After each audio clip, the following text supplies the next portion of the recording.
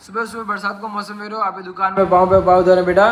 गांव में पहुंचा तो पानी पानी नहीं मिल रहा देखो गादो गादी सब व्यवस्था मिल गयो बड़ा बाद छोरा ने गर्म बंद करा गया तो एक ऊपर चढ़ने गेट खोलो ने नीचू गेट ने बांध धक्को दे रहो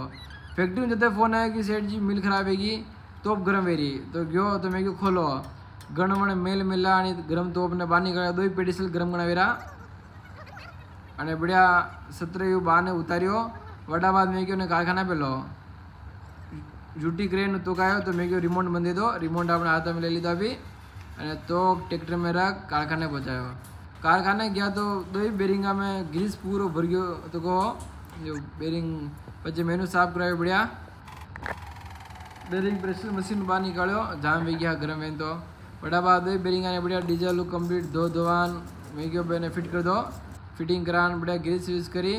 हाथ पे मशीन पे रखी रखा चालू करी शाम को इस